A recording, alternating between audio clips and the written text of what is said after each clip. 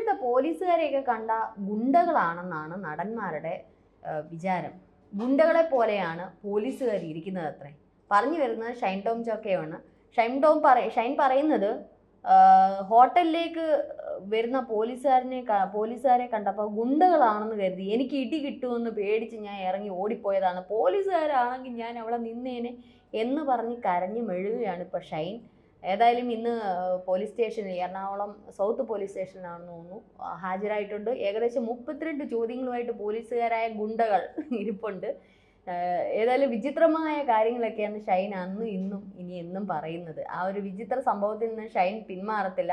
പോലീസുകാരെന്നാലും ഗുണ്ടകൾ എങ്ങനെയാകുന്നു, അല്ലെങ്കിൽ പോലീസുകാരെ കണ്ട ഗുണ്ടകൾ എന്നൊക്കെ പറയുമ്പോൾ ഷൈൻ എന്താണ് ഉദ്ദേശിക്കുന്നതെന്ന് മനസ്സിലാവുന്നില്ല. മാത്രമല്ല ഈ പോലീസുകാരെ ഷൈൻ കണ്ടോ? അതിനു മുമ്പേ ഷൈൻ ഇറങ്ങി ഓടിയല്ലോ. കാരണം ജനൽ വഴി നേരെ ഷീറ്റിൽ ചാടുന്നു, അവിടുന്ന് സ്വിമ്മിംഗ് പൂളിൽ ചാടുന്നു. ഇല്ല, സിനിമയെ വെല്ലുന്ന ആക്ഷൻ രംഗങ്ങളെക്കാളും നിറഞ്ഞ വലിയ ഓട്ടമായിരുന്നു ഷൈൻ ഓടി. ആ ഓട്ടത്തിനിടയിൽ ഇത് ഗുണ്ടയാണോ പോലീസാണോ എന്ന് എങ്ങനെയൊക്കെ ഷൈനിന് ചിന്തിക്കാൻ പറ്റുന്നു എന്നുള്ളതാണ് വിചിത്രമായ കാര്യങ്ങൾ. ഏതായാലും ഇപ്പോൾ ഷൈൻ്റെ ഒരു മൊഴി മാത്രം പുറത്തു വന്നിരിക്കുകയാണ്.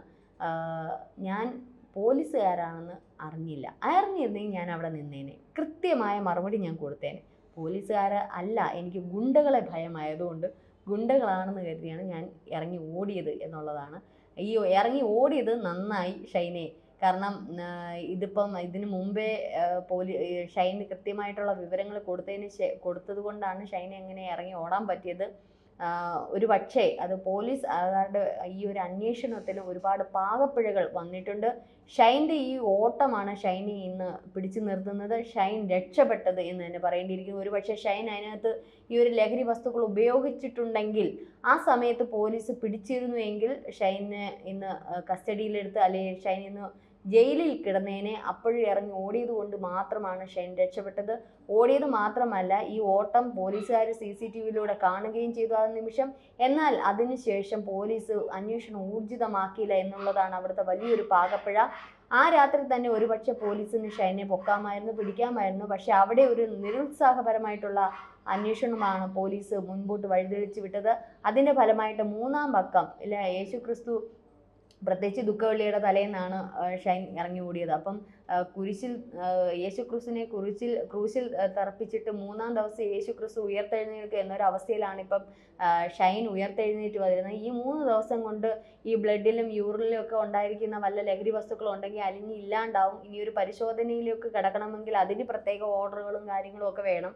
ഏതായാലും ഷൈൻ രക്ഷപ്പെട്ടു. അത് രക്ഷപ്പെടുത്തിയതാണോ എന്നുള്ളതാണ് ഇപ്പോൾ സംശയം. കാരണം ലഹരി സിനിമാ ലോകത്ത് അല്ലെങ്കിൽ സിനിമാ പ്രവർത്തകരുടെ ഇടയിൽ ധാരാളം ഉപയോഗിക്കുന്നു എന്നുള്ളത് ഇന്ന് മാത്രമല്ല, മുന്നേ ഇത്തരത്തിലുള്ള വാർത്തകൾ വന്നിരുന്നു. പക്ഷെ പോലീസുകാർ അത് വേണ്ടുന്ന തരത്തിൽ അന്വേഷണം, അതായത് വമ്പന്മാരുടെ ഇടയിൽ അന്വേഷണം നടത്തിയിട്ടില്ല. ഇന്നും അത് തന്നെയാണ് ഷൈനെ രക്ഷപ്പെടുത്തിയത്. 2015 ഷൈൻ ഇത്തരത്തിലുള്ള ഒരു കേസുണ്ടായിരുന്നു. 2 മാസം മുമ്പ് ഇത്തരത്തിൽ ഷൈൻ പിടിയിലായിരുന്നു.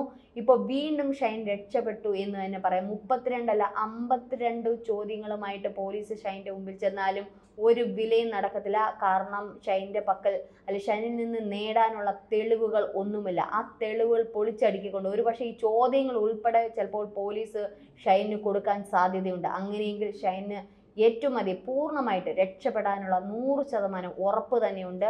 അതിൻ്റെ ഏറ്റവും വലിയ തെളിവാണ് ഇന്നലെ ഷൈൻ്റെ പിതാവ് മാധ്യമങ്ങൾക്ക് നൽകിയ അഭിമുഖം. ആ ഒരു മാധ്യമങ്ങൾക്ക് കൊടുത്തിട്ടുള്ള സംസാരങ്ങൾക്കിടയിൽ അദ്ദേഹത്തിൻ്റെ പൂർണ്ണ വിശ്വാസം, അത് ശുഭാപ്തി വിശ്വാസം എന്നൊക്കെ പറയില്ലേ, അത്തരത്തിലുള്ള ഒരു വിശ്വാസത്തോടു കൂടിയാണ് മാധ്യമങ്ങളുടെ ഇടയിൽ ചർച്ച നടത്തിയത്.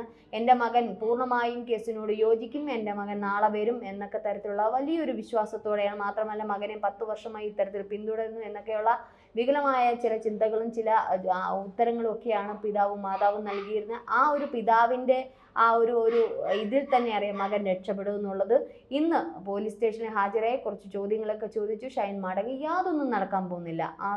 എന്താ പറയുന്നേ, നേരത്തെ പോലെ ഇനി ഈ ഒരു സിനിമാ മേഖലയിൽ നമുക്ക് നേരത്തെ പൃഥ്വിരാജിൻ്റെ ഫ്ലാറ്റിൽ നിന്ന് ഒരിക്കൽ ഇത്തരത്തിൽ 85 ലക്ഷം രൂപയുടെ ഡ്രഗ് ഉൾപ്പെടെ പിടികൂടിയിരുന്നു. ആ കേസിൻ്റെ എല്ലാം ഇതുപോലെ തേഞ്ഞു മാഞ്ഞു പോകുന്നു എന്നല്ലാതെ വമ്പന്മാരെ, പ്രത്യേകിച്ച് ചലച്ചിത്ര മേഖലയിൽ പ്രവർത്തിക്കുന്ന ഒരാളെ പോലും അന്വേഷണത്തിൽ അന്വേഷണവുമായി അവർക്ക് നേരെ പോകില്ല എന്നുള്ളതിന് ഏറ്റവും വലിയ തെളിവാണ് ഇപ്പോൾ വിൻസി അലോഷ്യസ് ഇന്നലെ വലിയ കാര്യങ്ങളൊക്കെ ആയിട്ട് മുമ്പോട്ട് വന്നിട്ട് എവിടെ കേസ് കൊടുത്തു, ഒന്നും കേസ് ആ തരത്തിൽ പോലും ഷൈനെ ഇപ്പോൾ തൂക്കാൻ പറ്റാത്ത അവസ്ഥയായിരിക്കുകയാണ്.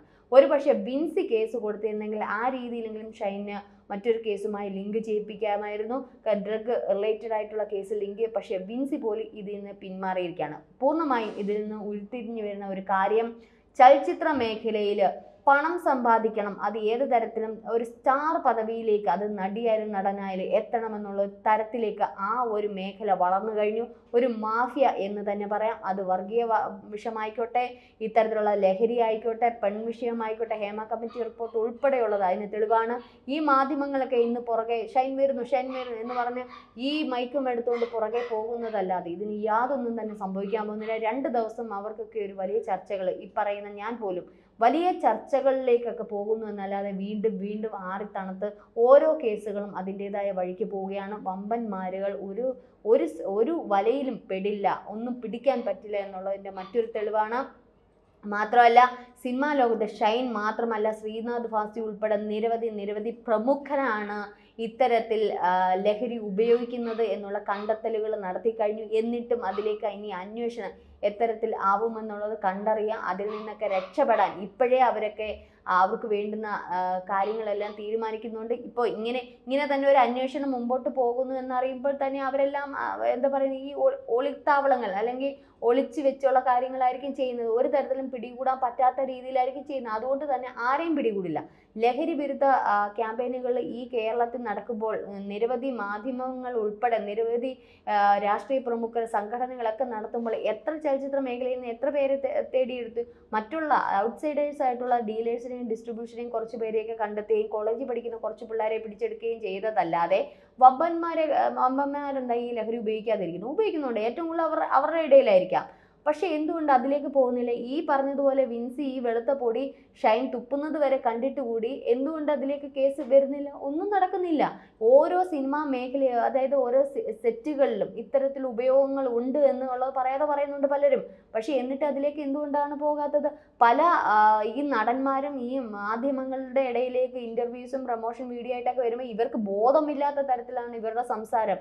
പലപ്പോഴും അതിര് കടന്നുള്ള സംസാരങ്ങളാണ്.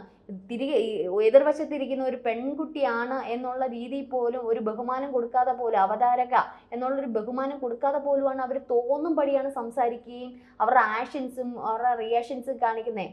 നടന്മാരായാലും നടിമാരായാലും അവരുടെ വ്യക്തിത്വം അല്ലെങ്കിൽ നിലവാരം മറന്നുകൊണ്ടാണ് പലപ്പോഴും പെരുമാറുകയും എടുക്കുകയും ചെയ്യുന്നത്. ഇതിൽ നിന്ന് തന്നെ മനസ്സിലാക്കാം അവർ ബോധത്തോടെ അല്ലായിരിക്കും. ബോധത്തോടെ ഇരിക്കുന്നവർ എത്രയോ നടന്മാരെ നമുക്കറിയാം. പഴയകാല നടന്മാർ, മമ്മൂട്ടി ഉൾപ്പെടെയുള്ള നടന്മാർ എങ്ങനെയാണ് മറ്റുള്ളവർക്ക് ഇന്റർവ്യൂ കൊടുക്കുന്നത്, ബഹുമാനിക്കുന്നത് എങ്ങനെയാണെന്നുള്ളത് നമ്മൾ കണ്ടുകൊണ്ടിരിക്കുകയാണ്. പക്ഷെ ഇപ്പോഴത്തെ പല നടന്മാർ എന്ത് കോപ്രായങ്ങളും വിളിച്ചു പറയാം, ആരോട് എന്തെന്നില്ലാത്ത ചോദ്യങ്ങളും അതുപോലെ തന്നെയാണ് തിരിച്ചും.